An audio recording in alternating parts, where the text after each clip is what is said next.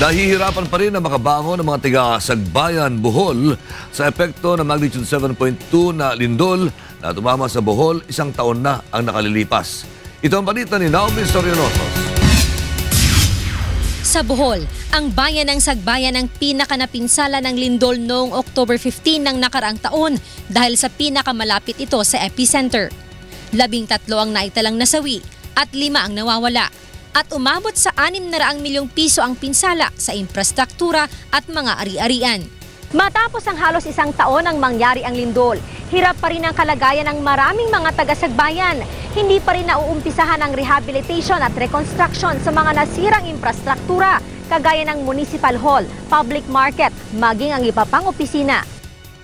Ang ilang residente, bakas pa rin sa kanilang mukha ang takot sa nangyaring pagyanig. Hanggang ngayon, marami pa rin ang nakakaranas ng kahirapan at hindi pa naipapaayos ang kanilang mga tahanan. Wapay kahoy, wagay tanan, wagay kumayo akong malay. Naot ko nga doon ang tabang ako. Ang ilang residente ay nakatira pa rin sa tolda at ang ilang bahay ay inabandona na. Ang mga paaralan hindi pa naayos. Ang Sagbayan Central School gumagamit pa rin ng makeshift classrooms na donasyon ng Taiwan.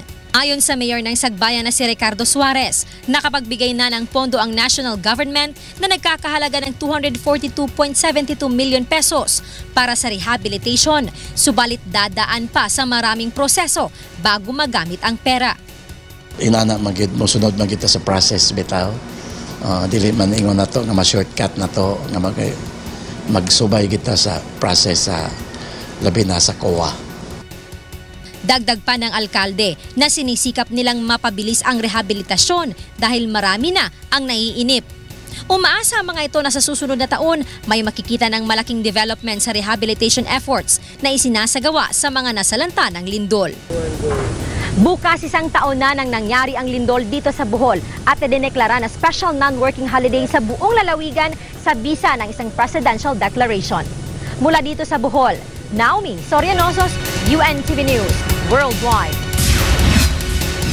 Pinagkalooban ng kabuhayan package ng lokal na pamahalaan ang mahigit 20 pamilyang katutubo sa Tarlac na biktima ng pagsabog ng Mount Pinatubo. Samantala binuksan na sa publiko ang Bayanihan Sports Complex sa Fort Magsaysay.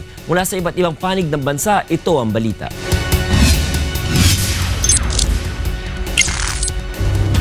Makalipas ang halos 6 na dekada, maaari na uling magamit ng publiko at mga sundalo ang Bayanihan Sports Complex sa Fort Ramon Magsaysay, Palayan City, Nueva Ecija.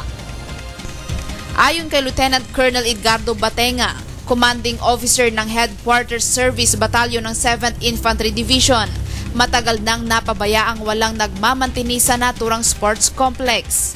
Kung hindi ako nagkakamali, ito ay ginawa noong 1959. Kaya lang, nagkaroon tayo ng malawakang insurgency, na focus tayo sa combat.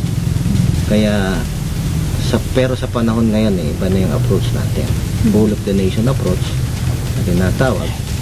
Lahat tayo, sama-sama tayo. Kaya nagkaroon na tayo ng pagkakataon para sa mga pasilidad na ito.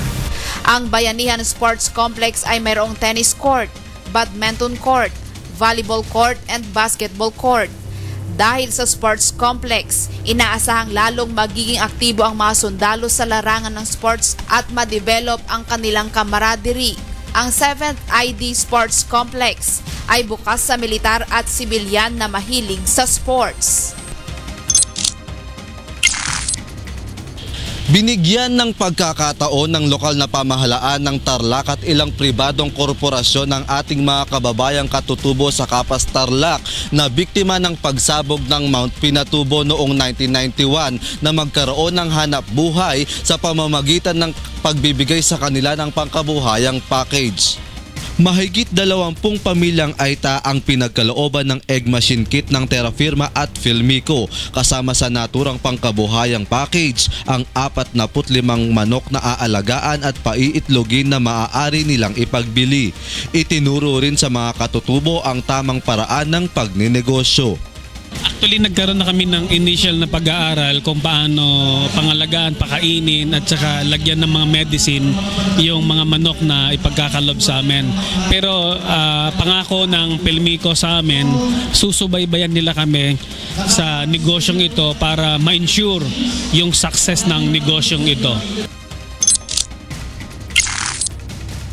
Nababahala si Senador Cynthia Villar na baka hindi pa handa ang Pilipinas para sa ASEAN integration sa 2015. Ito'y base sa nakita niyang ilan sa ating mga produkto, partikular na sa larangan ng agrikultura, ay mababa pa rin ang kalidad. Anya, dapat pagbutihin pa ng mga manggagawa ang kanilang mga trabaho upang magkaroon ng mga magandang output na pwedeng ipanlaban sa international competition. Kaya ako po ay nagsusumako sa inyo na pagbutihin natin. Hindi tayo dapat matakot dahil kung tayo ay magiging handa, kaya natin harapin ang mas malaking kompetisyon. Marami din naman ng magagandang oportunidad na magdadala ng ASEAN kung tayo ay competitive. Pinayuhan din niya ang mga small and medium scale enterprise tulad ng kooperatiba na dapat piliin ang pinakamagaganda sa kanilang mga produkto at ingatan upang isali sa ASEAN o international market. Dante Amento, UNTV News Worldwide.